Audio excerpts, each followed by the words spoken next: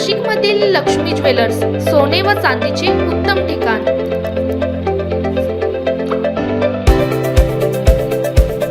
ताज्या बातम्या बघण्यासाठी स्टार लोकशक्ती न्यूज चॅनलला सबस्क्राइब करा आणि बेल आयकॉनला प्रेस करा।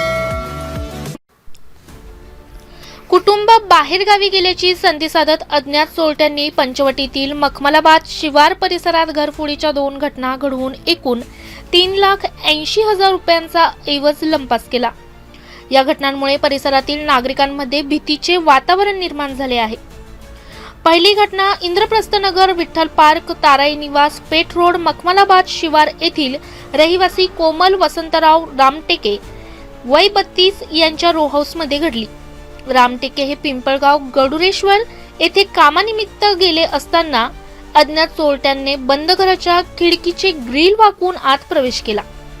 बेडरूम मधील लाकडी कपाट फोडून त्यातील सोन्याचे टॉप्स, 3 अंगठ्या, चांदीचा दिवा आणि 50,000 रुपये रोख असा एकूण 3,05,000 रुपयांचा ऐवज चोरून नेण्यात आला।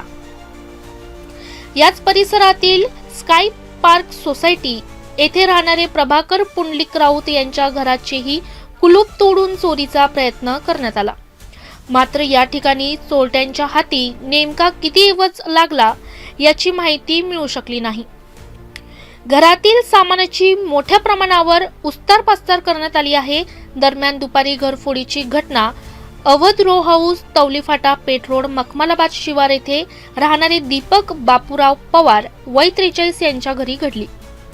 पवार कुटुंबासह कळवण येथे विवाह सोहळ्यासाठी गेले असताना अज्ञात चोरट्याने दरवाजेचे कुलूप व कडी कोयंडा तोडून घरात प्रवेश केला।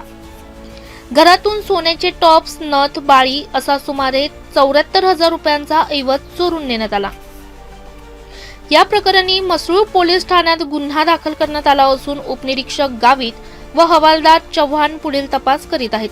परिसरात वाढलेल्या घरफोडीच्या घटनांमुळे नागरिकांना सतर्क राहण्याचे आवाहन पोलिसांनी केले आहे।